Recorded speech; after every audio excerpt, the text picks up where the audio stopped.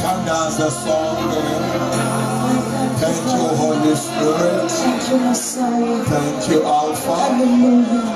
Thank you, Jehovah. Hallelujah. Thank you, Yeshua. Silapa Kosi. Not because you are better than any others, but Lord, because of your grace, because of your love and your power. We thank you, Holy Spirit. Thank you for your comfort. Thank you for your freedom. As if you were not arranged. Blessing in my taller way in down. We thank you for your love. Special kind of love that we cannot receive anywhere, but only in you, oh God. We thank you for your grace.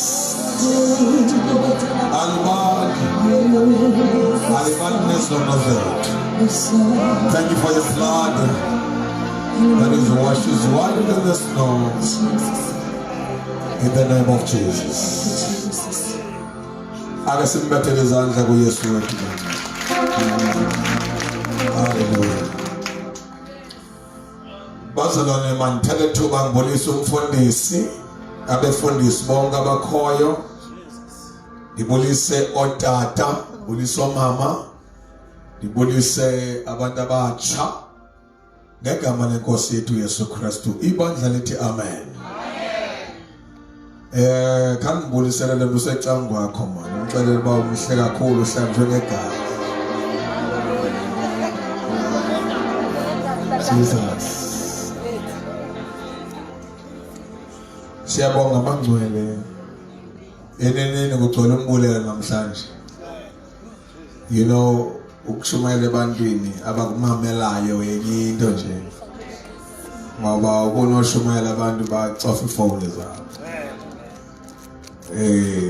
Siyabulela umonde wenu ukuba nimane niqoqela kule ndawo mayibe ngivangeli. Amen. Ya isaqhubeka imvuselelo ndakandedwa uzabe lapha. Shema befuna bakhona kwayizolo ntonayo ke zambamba izinto. Mayibonge Nkosi.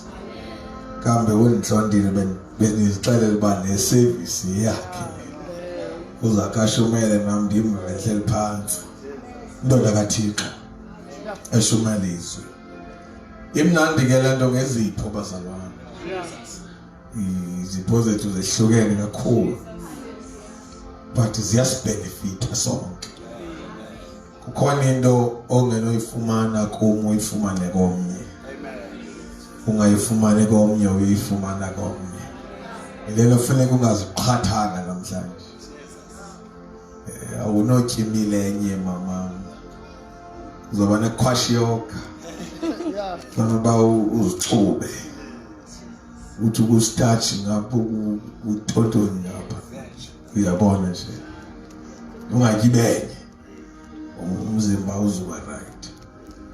Ngicela sizwe lenkosi bangcwele ngegama lika Jesu. Klancwadi kaMateyu ivangeli chapter number 8 sizafunda from verse number 1, 2, 3 and 4 sibe sesithandaza. Ngicela namhlanje ukuthandaza kakhulu bazalwane ngaphezu kokuthetha. Mayibonge ivangeli.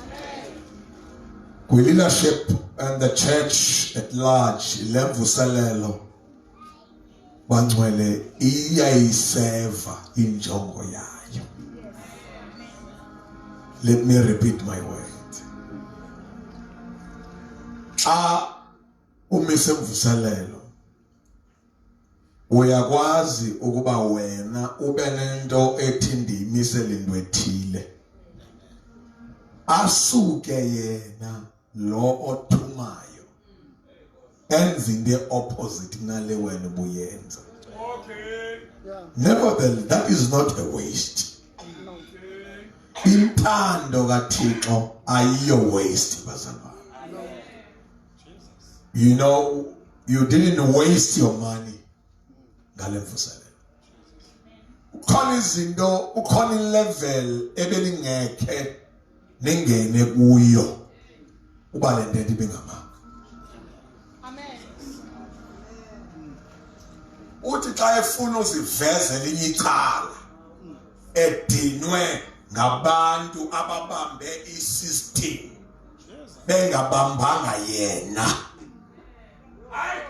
ebambe isystem yakhe be-excela kuyo kodwa umnikazi bengambambanga, akhupha umyalelo omtsha athi Moses yithwabulule uyibeke intente, ungayibizi ngelinye igama ngaphandle kokuba intente yokuhlangana. Ukhupha umyalelo othi wonke ondifunayo, hayi moyingcwele, ofuna ukulinqula igama lami akaphume kule ndlalo yesystem ayententeni yokuhlangana. Amen. Ngale ntente bazalwane, we see God transforming his people. Kukhona ilevel mama bantwana mama nobongoza, kukhona ilevel mama mbungeke ungene kuyo uba le ntente ibingemanga nje. Kukhona izistorms ebezizo attack bungeke uzeyise. Remember uThixo ovela phambi kokuba kuvele ububi. Yamazi mas ndiyalivele lilungisa before kufike ububi, uchinjinisi. That's God. Now kukhona izinto ozogcwaliswa amandla wazo before they happened, before zibe kanti ziyenzeka. Kukhona into ebazalwane, andifuni no waste xesha kodwa le into endiyibonayo mna kule ndawo iseplaneni kaJehova. Ubhadlile ke uThixo, unengqondo uThixo.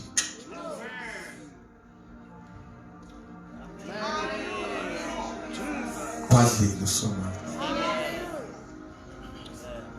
Bayothi besithi hayi la ntente wena in 2 weeks to come, 1 month to come, ubusithi uThixo yubawo bendinoba intoni babingekho la nto. Bayothi bebona iwaste wena ubusithi uthambakele manje. Amen. Because umbona uThixo iplan yakhe. Ezinye izinto you may not understand them now, but later ufikelele kuzi-understanding. Verse number 1, the book of Matthew chapter number 8. When he had come down from the mountain, great multitude followed him. And behold, a leper came and worshipped him, saying, Lord, if you are willing, you can make me clean. Then Jesus put out his hand, touched him, saying, I am willing, be cleansed. Immediately his leprosy was cleansed.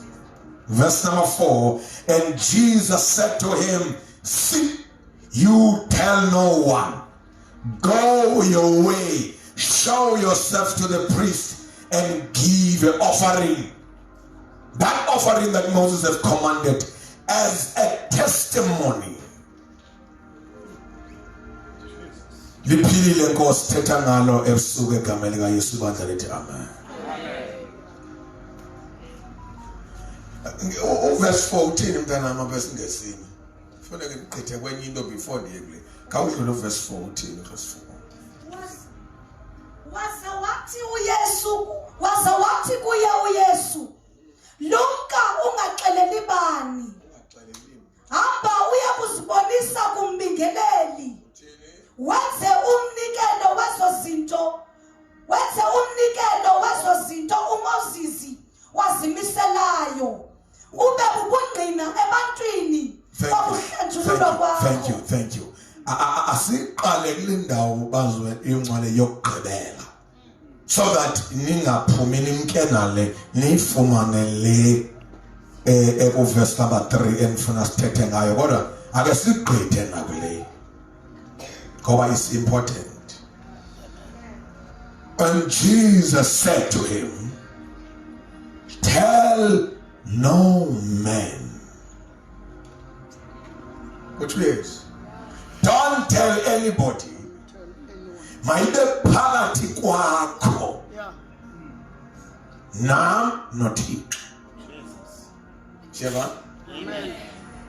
Thatha nje umnikelo use kumpriest. Uyamona umpriest ngexesha lendoda iphiliswayo akekho. Wenzela izinto nguThixo kodwa uYesu uthi kule ndoda. Uyabona uncedakele ngoku. Nansi into mawuyenza kuthi uYesu thatha umnikelo. Uye nawo kumpristi uyoba ngumbulelo lomnikelo uyoba sistampo. So umangaliso kuphila kwakho. Why Jesus say that? Because leprosy isifo seqhenqa ibiba sisifo esi-generational. As much as it was contagious, but ekukwazi ukuthi kuphume from this generation to the next generation abantu abane-leprosy. Now, ukuze aye kumpristi ayonikela uyokhawula that generational curse. And when he's doing that, uzoyenza ngoba abeke that offering which Moses commanded. Jesus, you see now you are healed. Take an offering.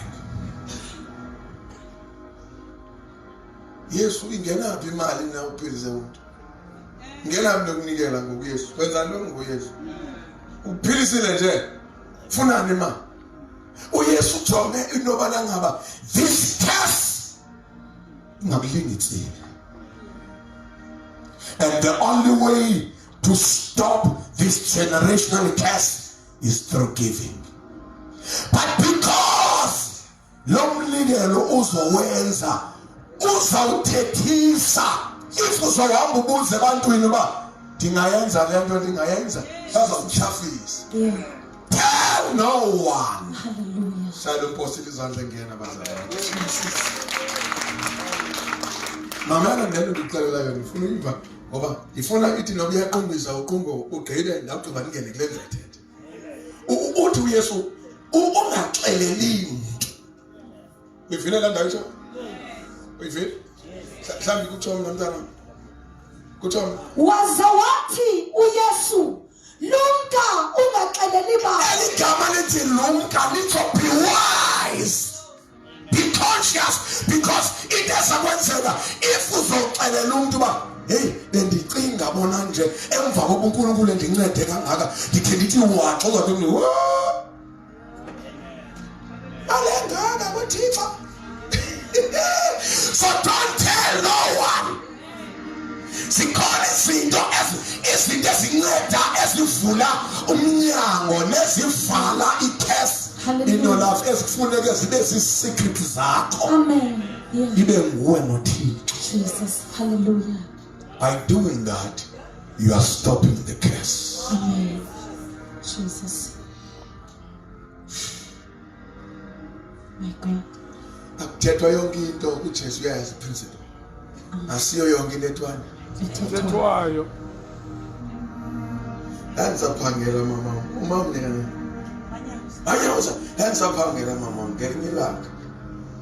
Iboss yami decide intoba iyami isalary mayithi yakhe. Ngoku ndiyavuya mna. Ndiyavuya. Hey ndifika ndiza kwiquality zami ndithi hey isamile le ndoda. Kanti bajonga yaba bantu abayale nto ndiyithethayo. What did you do? One job or what?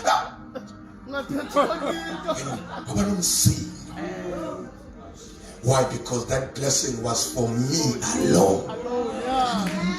Hey! I'm engaba zinhle kangakanani efuna ukuthi nyiwa. Jesus. Amen. Yakubona wena yonke into enhle uyaposta ku Facebook. Yeah. Ngoba there are spirits ezisebenza ngento eziyibonayo Amen. nezivileyo. Yeah. Kunjalo. Hey. Kunemimoya esikwazi uleqa into ezivile nezibonile. Amen. Ngiyakhumbula ngithetha ngezazi ezafika zayo expose icebo. Hallelujah. Qise singena sithi uphozelwe uthi uHerod ukhozelwe.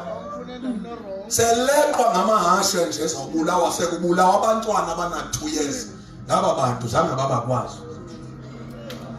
Balandele nje. So there are things that you have to keep it to yourself and give an offering. Bazaba sikhona into ezinikelelwayo.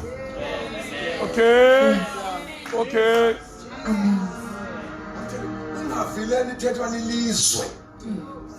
Ungavileni thethwa lilizwe. The reason why uSathane attack into ezidibene nokunikela neshumi yonke into kungoba uyayazi kuthola izinto ezivelayo.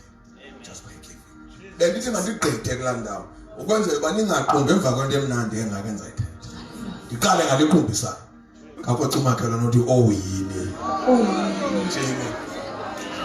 Jesus. The Bible said when he had come down from the mountain, a great multitude followed him. Jesus was coming down from the mountain because Jesus was a man of prayer. Hallelujah. uJesu wayekholelwe emthandazweni. Amen. Hayi moya ngcwele. Noma uJesu wayengenasono kodwa wayemfuna uThixo ngathi uvele etshwaleni. Hallelujah. Amen. Wayemufuna ubuso benkosi ngomthathi. uJesu wayethandaza ngathi ulandwe ezonweni. Amen. Yeah. Sakabena abantu bahambi ngizale umoya ngcwele ndivele ezulwini ndiyalazi izulu ndiyamazi uThixo, but he prayed. 80% of his life was prayer.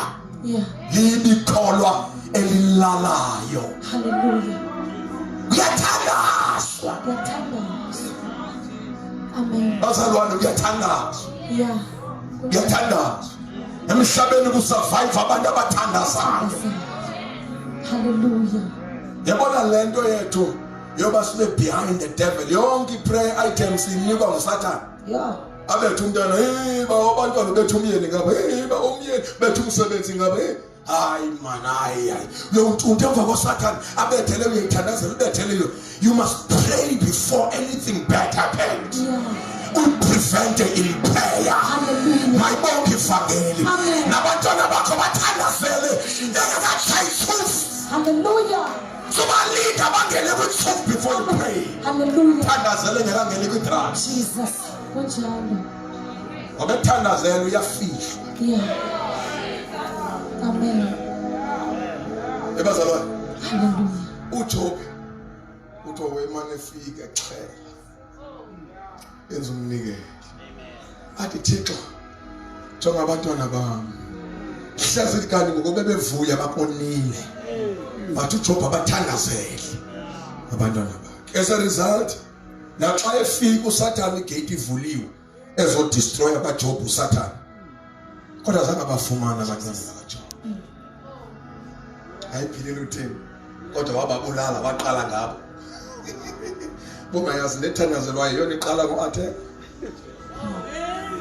But praise God, the Bible says verse number 12 chapter 42 and God restore everything that Job has lost double. Yeah. Mommy statement. Yonke into yamlahlekela wayiphinda-phindelwa. Amen. Inkamela zaziyi-7,000 zabuya ziyi-14,000. Yeah. Inkomo zaziyi-10,000 zabuya ziyi-20,000. But apha ebantwaneni lithi iBhayibhile uJobi wayenga-7 daughters and 3 sons. Naxa sele bebuya kwi-restoration kwabuya 7 daughters and 3 sons. Jesus. Why? It proves means ukuthi abantwana were not doubled. Why? Because they were not lost. Amen. Okay. Yeah. Hey, Okay. it's impossible. Wambuyisela 2 times. Yonke yamlahlekelayo kodwa abantwana zange babedabula. Yeah. Why? Because babengalahlekanga. Noma inyama yafa, but their soul were kept somewhere. Amen. Ngoba into enikelelwayo nethandazelwayo noma ingangathi iphelile ayiphelanga. Noma ingangathi ilahlekile Glory to Jesus. khona phezulu ngakho. Hallelujah. Ngabe umconfirm umuntu umthandazo. Amen. Ngoba ungacimba kuphelile ngaye kanti usekho. Yeah. Umuntu umthandazo. Amen. Ayibonge mfana. Jesus. Jesus was a man of prayer. Amen. He was praying. He was praying. And here the Bible says he was coming from prayer, and when he was coming down the mountain, a large number of people followed him. Yeah.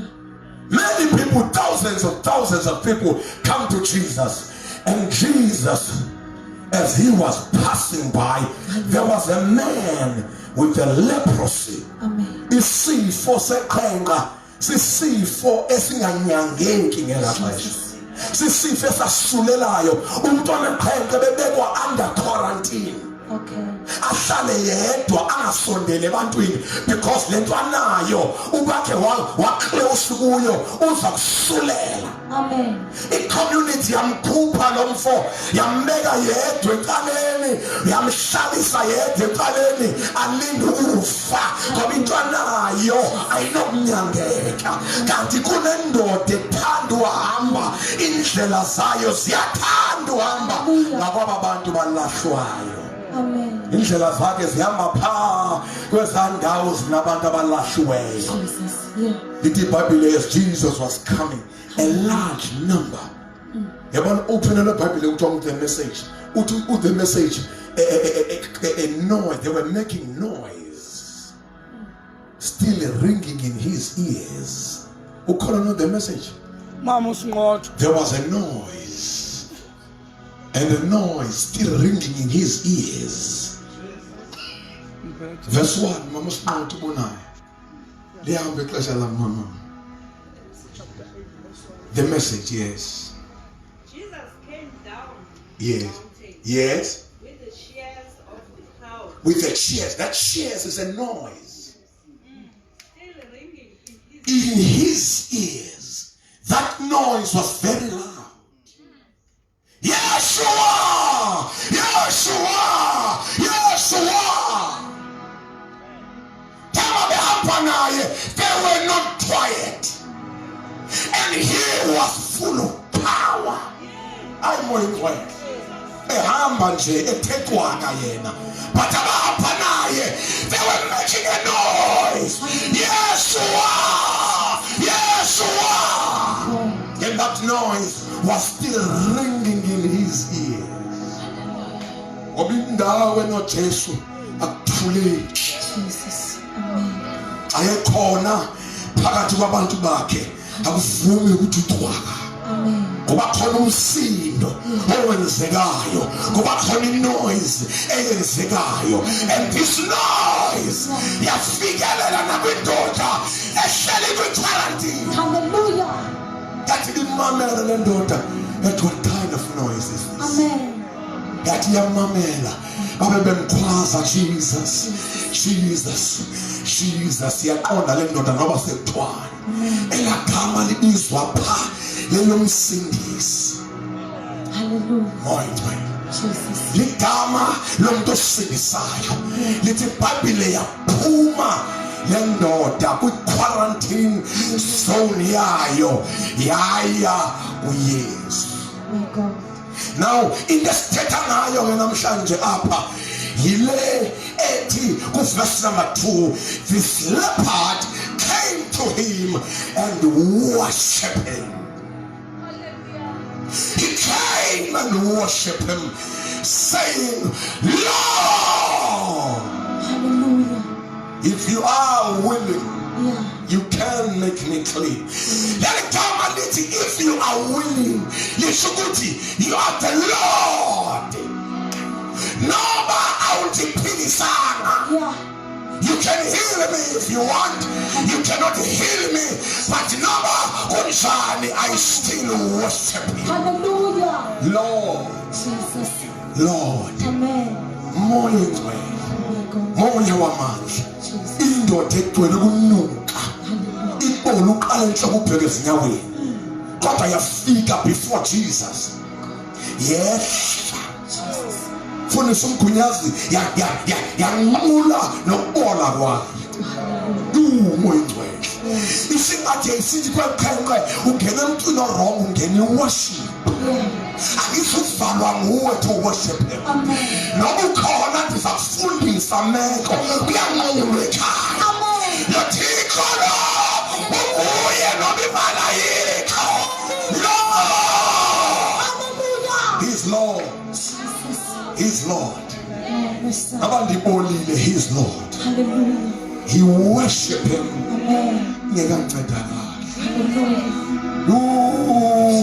Inyama ziyawa iyaqhitha ikubovu negazi liqhenqa kodwa he worship Jesus. He worship Jesus. Siqale bonqula basalwane ayona nto sizeleyo apha is to worship him. Lord, siyabantwana begeza endlini ushime kunyekenyeke ufike uthi uyasabeka kuNkulunkulu. Wena wethu phakamile akekho nje nawe. Ungu-Alpha ungu-Omega. You are the first, you are the last. Akekho uThixo nofani kubo bonke abasemhlabeni. Wena Jehova uyasabeka. Mhlekazi wena onenwele ngathi umoya wemvu. Wena onobuso obukhazimilanga uThixo. You worship him. You worship him. You worship him. You worship him as if he was not sick. You worship him as if there were no leprosy emzimbeni wayo. But ayivumanga leprosy ukuthi ivale umlomo. This is the Lord of Lords. Amen. Thank you, Jesus. He will fall in his knees and worship Jesus. Amen. And worship Jesus. Yeah. Those people who were just making noise were just making noise. And the noise was ringing in his ears. The message, the noise was still ringing in his ears. But here come a leper, someone with a problem, and come and worship him. Hallelujah. Kukhona umehluko phakathi kwe-noise ne-worship. Amen. Kukhona umehluko sisiwami phakathi kwe-noise ne-worship. The worship.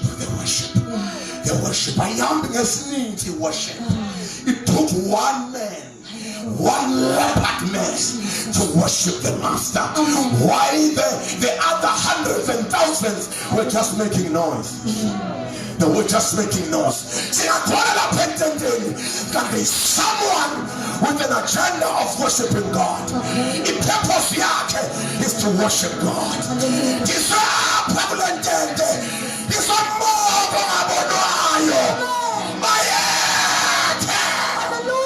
because of peace, you worshipped God.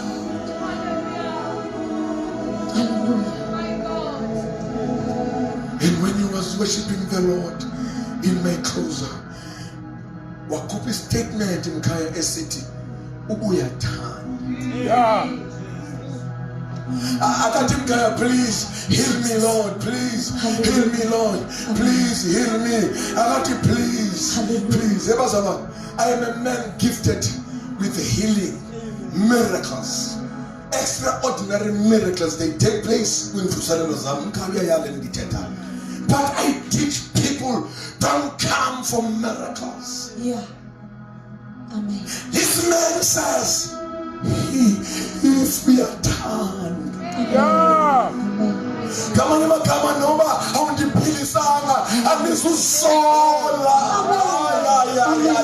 Anisoyisola lento iyaphela kule ntente noma isimo samasithintana anisosola anisosola manthamo you are the Lord ufanelwe fanele mbongo fanele sisongo fanele kunqulu lapha abantu abazovuka ekuseni bathi bayethe Nkosi yodumo wena uyakhazimula umuntu Jehova sibawo uyingonyama yomndeni kaJuda umubayethe igama siyababusha Jehova umhle uNkulunkulu phela xa simeko siyabheda kodwa bona ubuhle benkosi into imeko zimekuze ayivali umlomo don't let your problems to change your language uthixo maybe malayika but he's God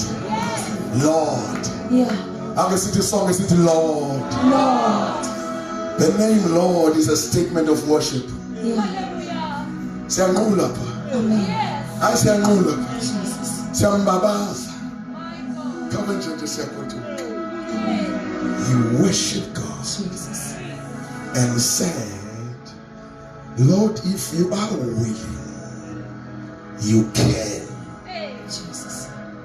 go Mama ngiphile sa alizosolo you are the king Amen. Akwenzini ndihamba kulento elithi ncedeka la sifuna lokwathi Ngidibana naye ndamshomazi lesotha kuyazidibana nesipeliti esikhulu ndithi hayibo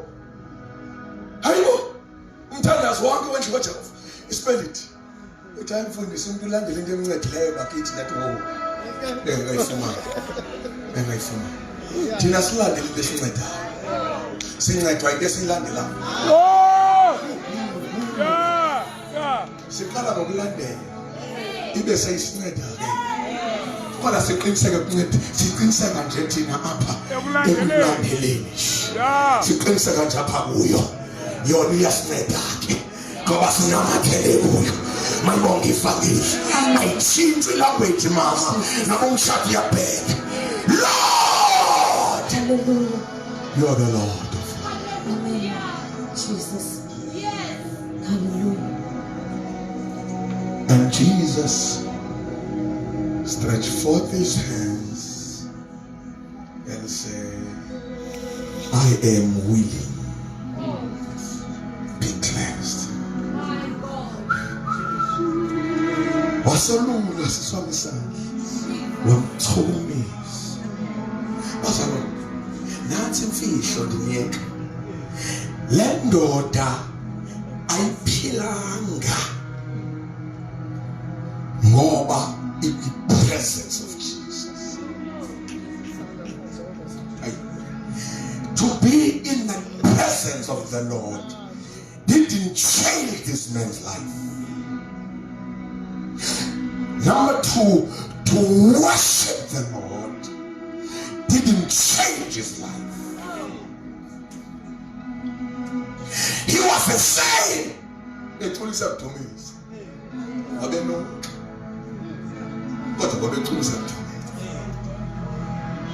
Mama, ukumnqula ewezinyaweni presence of Jesus. And remind you, verse 1, he was coming down the mountain full of power. This man was right there. As near when he's got Jesus, who is full of power, but still Jesus, this man, his leprosy was still there. And this man worshiped Jesus and said, Lord, but still, thou, Father Lord, the leprosy was still there. What changed the man was not the presence, was not being in church, but what changed the man was the hand.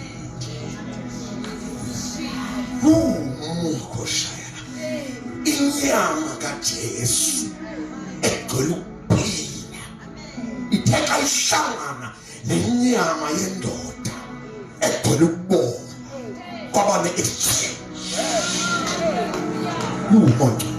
ngoba akwenzeki umfundisi wami uhlangane nesandla esiphilile uye ube yilanto wena awudingi makhorasi udinga nje isandla isandla sakhe wathi noma selula wamchukumisa when he touched them Jesus. he was free. Amen. Ithi iBhayibheli immediately Hallelujah. ake uthi immediately intoni eyanceda lo mama sathi basithinta Yeah. isandla sakhe Sintinda ngizwi lakhe likhuluma seliyakhona futhi liyasho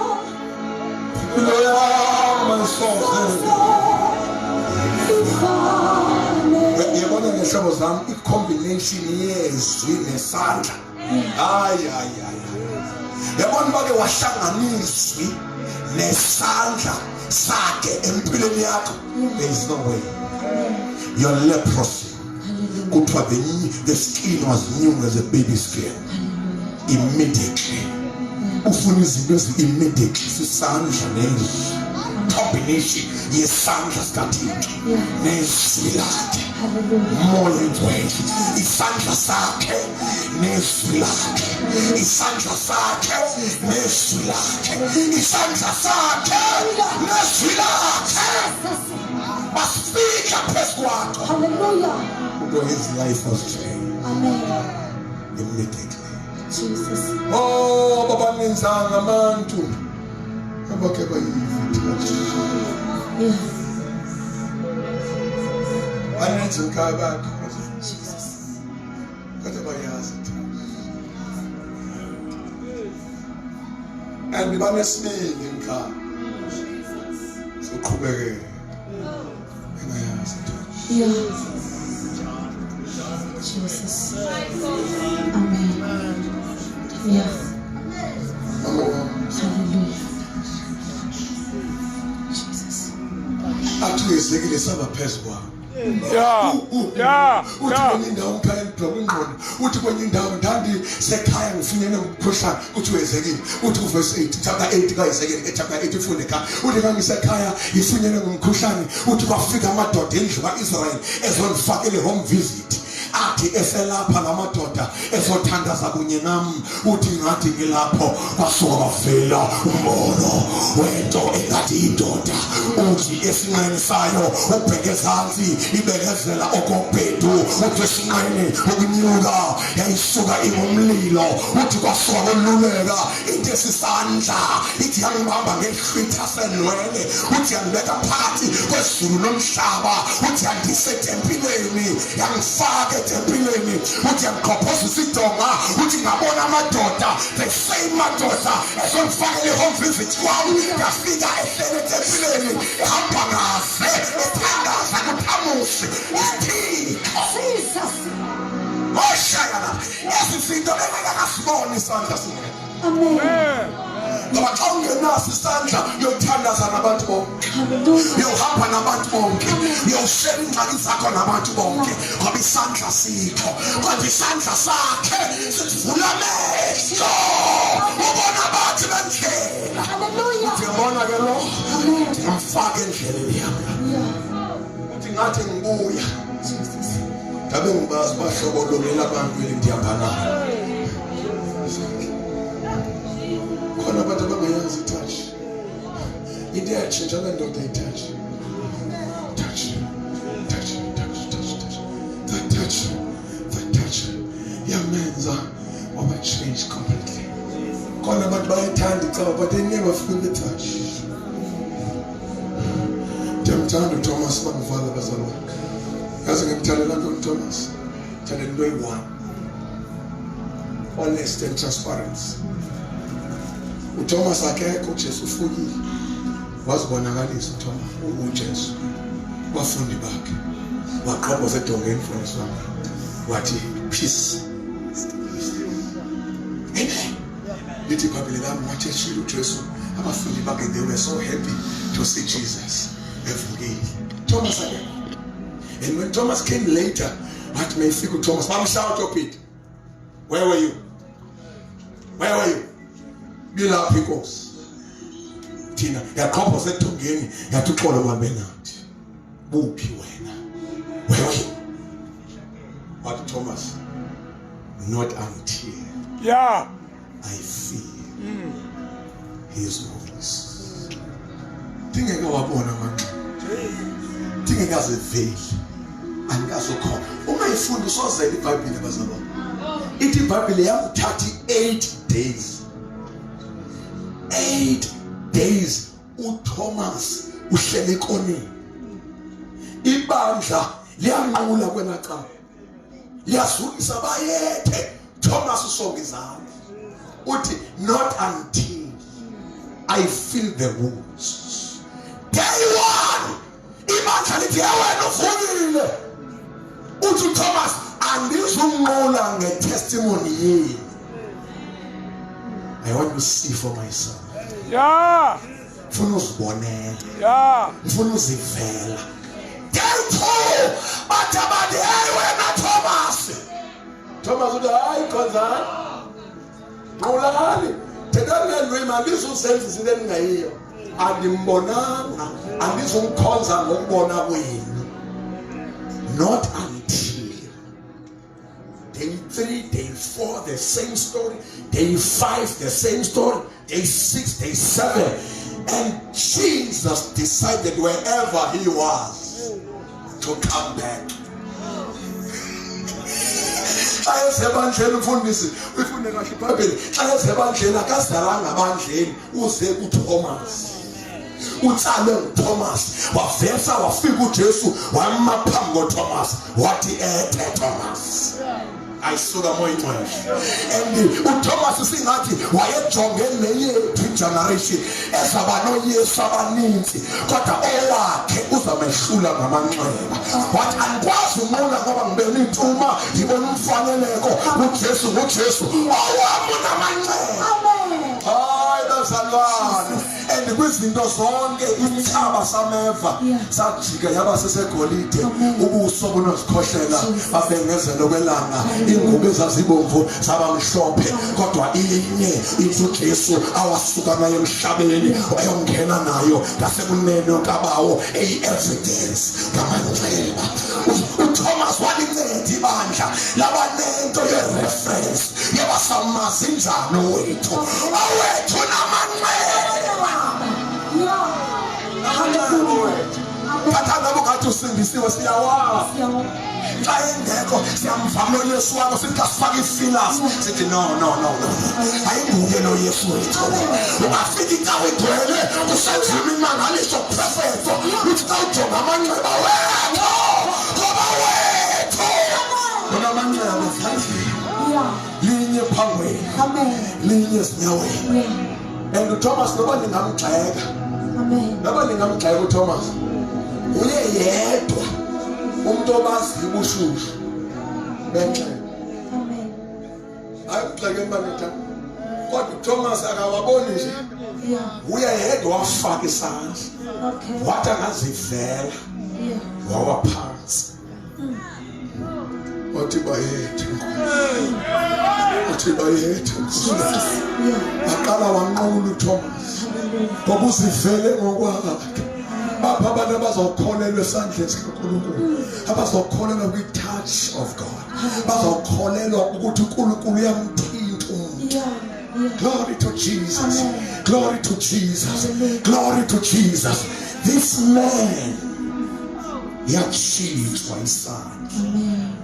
Thandazo wami namhlanje ukuthi Nkosi singahambeli kude isandla sakho Kristu. Amen. Isandla sakho. Abantu emsebenzini isandla sakho.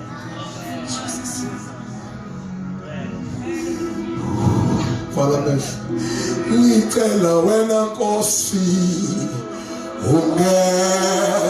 ungelulele isandla sakho.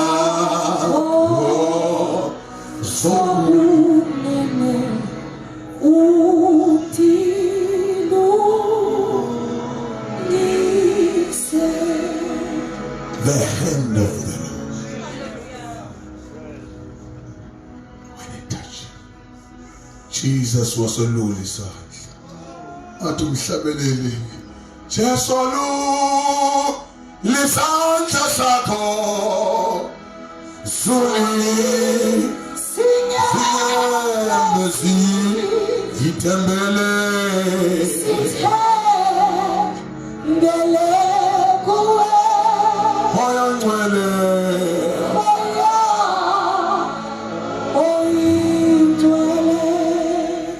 angibazi abantu abathi Thixo ngifuna uhamba ngenesandla ngifuna uhamba phezu kwesandla. I need the touch of God. When he touched him, immediately he was cleansed. Ubuvala amehlo sikhona isandla namhlanje. Kukhona isandla. The hand of the Lord. Singakafika ezabantu. Ngimvesithi I am willing namhlanje to do whatever. I am willing to do whatever. When it touches, just make sure you feel the touch. And that touch, when his flesh,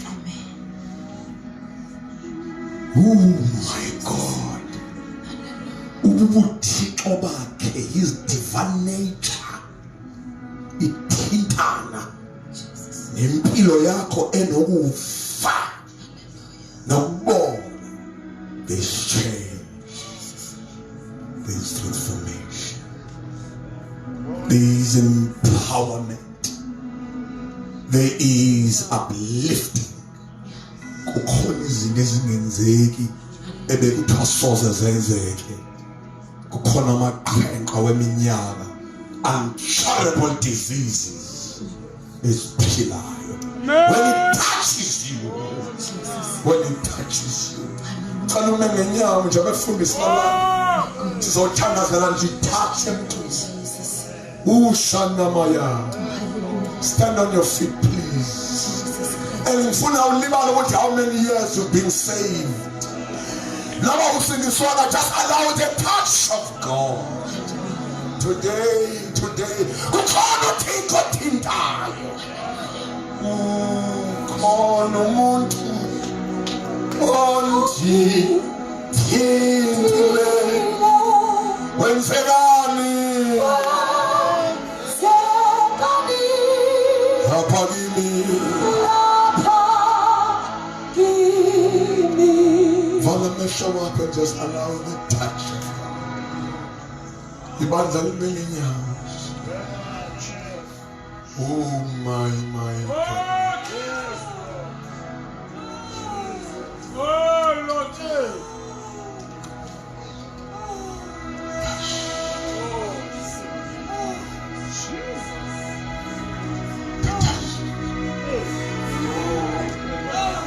Hey, naso ke endlini isandla. Akaphinda kushiya usafana nawo. My. Izakhathini. Ushana. Ngiyasiva. Ngimvesithi I am willing. Lord, don't pass me by. I need your touch. I need your touch. Abantu bathi ayazi touch yakhe. Udala ngokuthi touch me again, Lord. I need your touch, Lord, once again. Ooh, Shaya, lift up your hands and receive it. My God. It was the touch of the Lord. When the power, that godly hands of Jesus touches with that deadly flesh, immediately the life was transformed.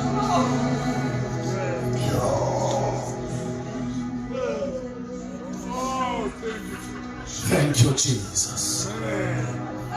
Hallelujah.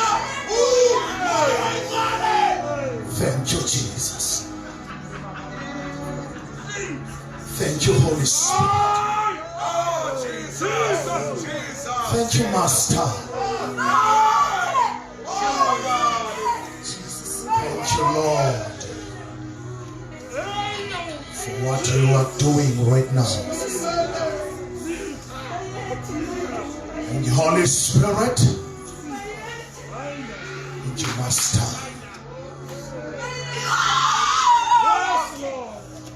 Thank you, Jesus. Ripatokosa Pandola. Thank you, Jesus. Thank you, Lord. Thank you, Holy Spirit.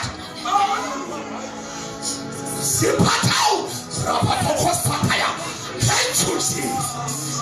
Thank you, Lord. Thank you, Jesus.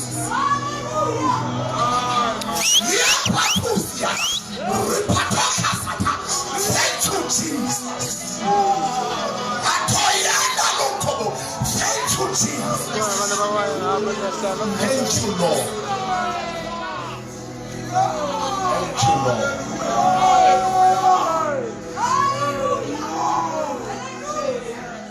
Allow the hand of the Lord to touch you this afternoon. You will never be the same.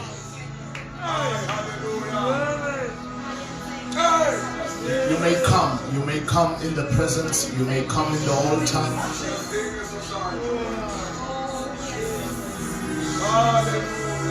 Esandleni somusa yaqina ngoba ungathi asho njalo uDavid ethi yebo ndiyavuma andenza nakakuhle kodwa kungcono mandiwele esandleni sikaJehova kunoba ndiwele esandleni sabantu.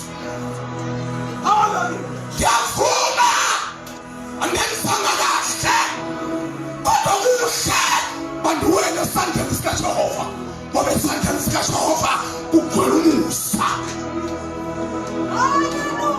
Grace.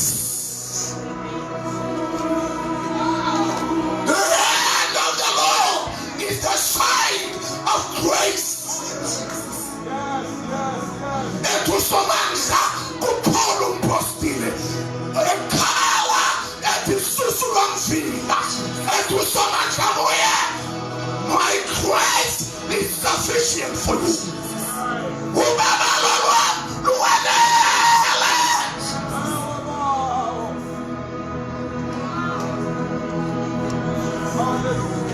Hallelujah.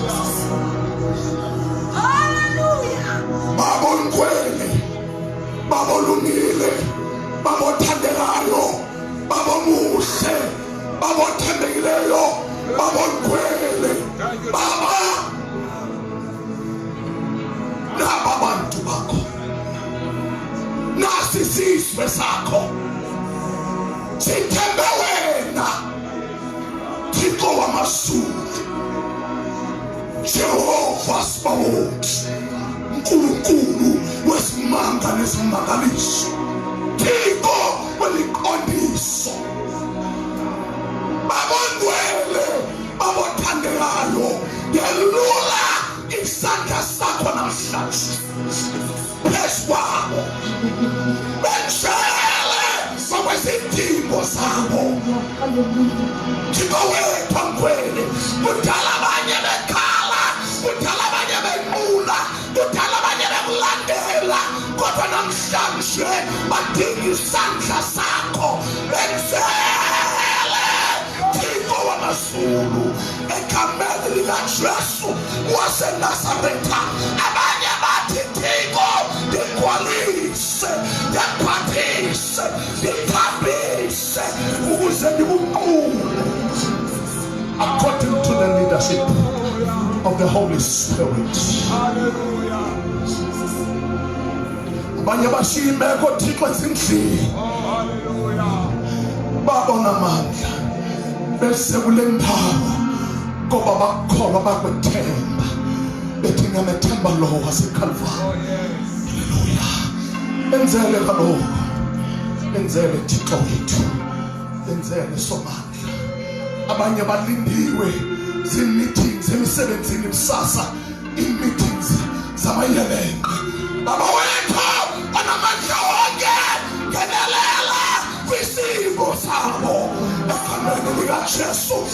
waseNazaretha, thulisa imimoya, thulisa inkohlakalo ekhadeni likaJesu waseNazaretha. Stretch your hand upon them that your name be glorified.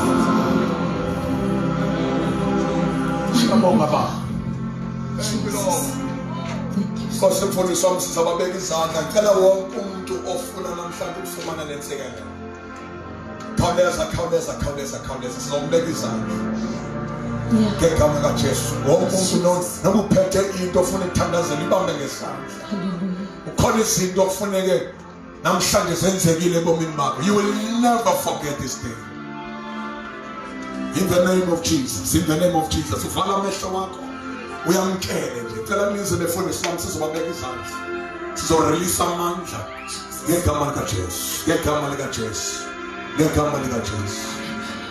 Oh hallelujah.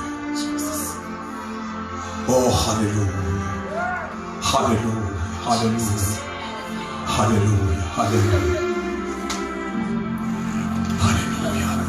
Usha faraja amehlo wakho bheka umthatha uvumele nje isandla sikaThixo sithinta impilo yakho. When it touches you, you will never be the same. When it touches you, nale mpahla iphetheyo yalo mntanakho bake safika isandla sikaThixo phezu kwayo. Impilo yakho iyawushintsha. Hallelujah.